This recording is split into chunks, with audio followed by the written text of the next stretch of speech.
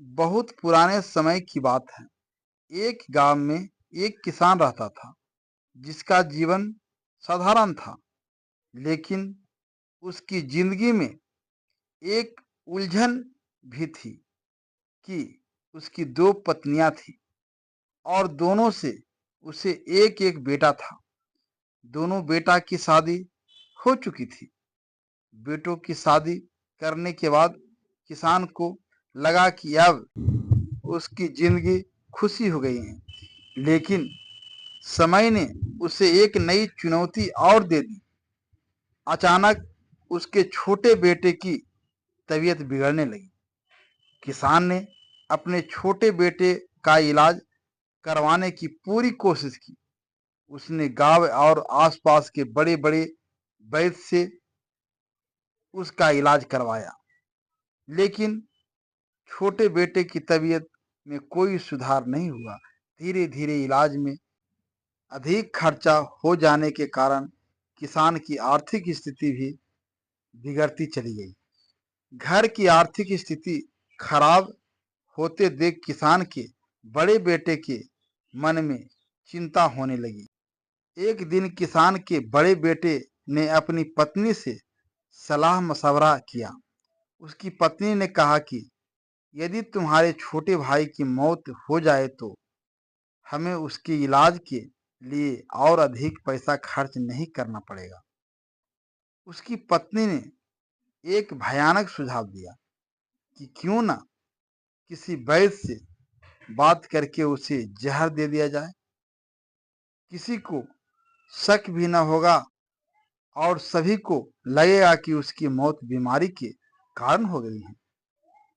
किसान के बड़े बेटे ने अपनी पत्नी की बात मान ली और जिस वैद्य से छोटे भाई का इलाज चल रहा था, उस वैद्य के पास गया और उसने वैद्य से रोते हुए कहा कि मुझसे अपने भाई की यह हालत देखी नहीं जा रही है।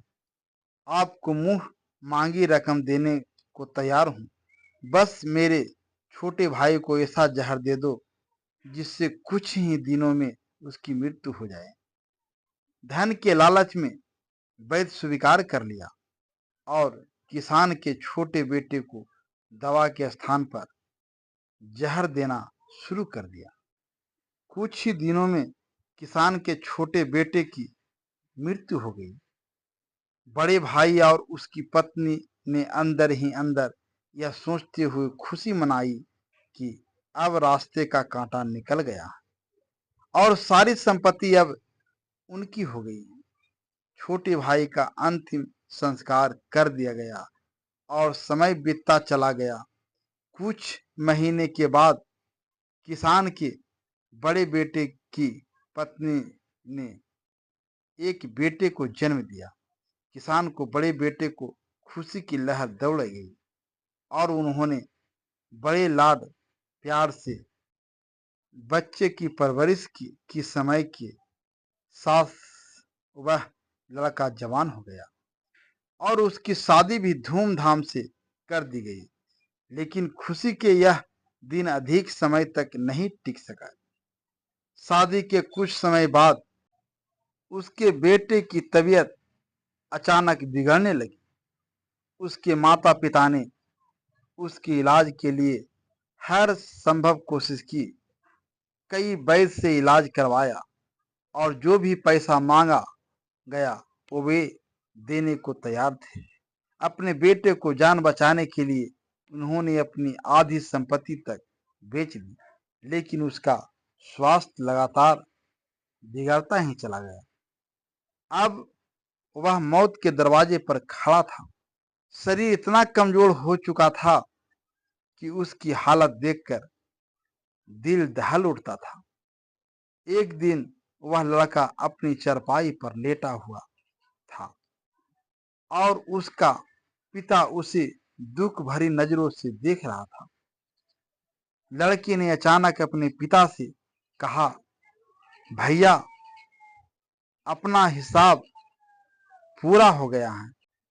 अब बस कफन और लकड़ी का इंतजाम बाकी है। उसकी तैयारी कर लो। पिता ने सोचा कि उसका बेटा बीमार के कारण बड़बड़ा रहा है। वह बोला, बेटा मैं तेरा बाप हूं, भाई नहीं। लड़के ने दुखी आवाज में कहा, पिताजी मैं आपका वही भाई हूं जिसे आपने जहर देकर मरवा दिया था। जिस संपत्ति के लिए आपने मुझे मारा वही अब मेरे इलाज में आधी बिक चुकी है। हमारा हिसाब बराबर हो गया है। यह सुनकर पिता का दिल टूट गया। वह फूट फूट कर रोने लगा और बोला, मेरा तो कुल ही नाश हो गया। जो मैंने किया वह सब मेरे सामने आ गया, पर इसमें तेरी पत्नी का क्या दोष है जो उस बेचारी को जिंदा जलाया जाएगा। उस समय सती प्रथा चल रही थी, जिसमें पति की मृत्यु के बाद पत्नी को पति की चिता के साथ जला दिया जाता था। लड़के ने दुख भरी नजरों से अपने पिता को देखा और कहा कि पिताजी वह वैद्य कहाँ है जिसने मुझे दवा के स्थान पर जहर खिलाया था। पिता ने उत्तर दिया कि तुम्हारी मृत्यु के 3 साल बाद ही वह मर गया था। लड़के ने कड़वाहट से हंसते हुए कहा, वह दृष्ट वैद्य आज मेरी पत्नी के रूप में है। मेरे मरने पर उसे भी जिंदा जलाया जाएगा। यह कहते हुए उसने अपने प्राण त्याग दिए। दोस्तों, परमेश्वर का न्याय अटल होता है। इसलिए तो कहते हैं, जैसा बी बोएगा वैसा ही फल पाओगे।